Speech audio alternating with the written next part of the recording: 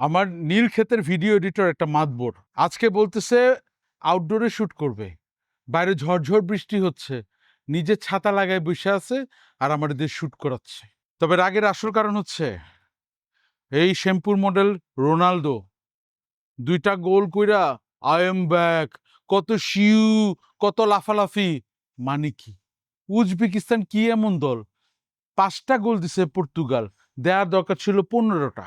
অথচ পৃথিবীর শ্রেষ্ঠ মিডফিল্ড টিম নিয়ে পর্তুগাল টিম বসে আছে, বেঞ্চের মধ্যে আরো তারকা বসে আছে।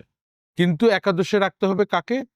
এই শ্যাম্পুর মডেল, শ্যাম্পুর বিখ্যাত জনপ্রিয় মডেল, যে ফুটবলকে বেচে চুলের বিজ্ঞাপন করতেছে। সে দলের মধ্যে জনপ্রিয় না, এই জন্য সে জনপ্রিয়তা অর্জনের জন্য দলের যে intern, right back, left back, তাদের প্লেয়ারদেরকে দিয়ে গোল করিয়েছে।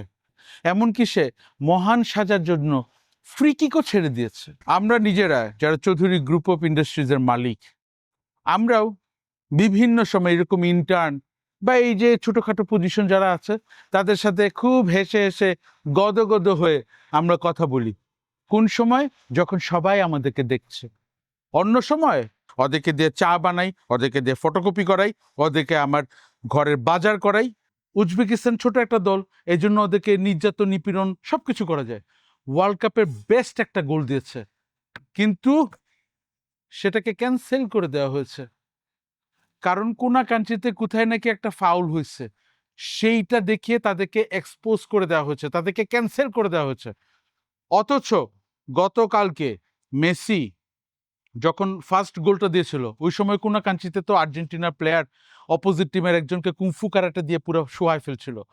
সেটার কোনো ভিডিও ফুটেজ লিক হয় নাই, এক্সপোজ হয় নাই, ক্যান্সেল হয় নাই। সব কিছু জায়েজ যখন আপনি মডেল হন, স্পন্সরদের বর পুত্র হন। আর এদিকে পৃথিবীর বিখ্যাত সভ্য দেশ ইংল্যান্ড, তারা ঘানার মতো একটা দলের সাথে ড্র করেছে 0-0। 80% টাইম তাদের পজিশন ছিল, কিন্তু গোল করতে পারে নাই।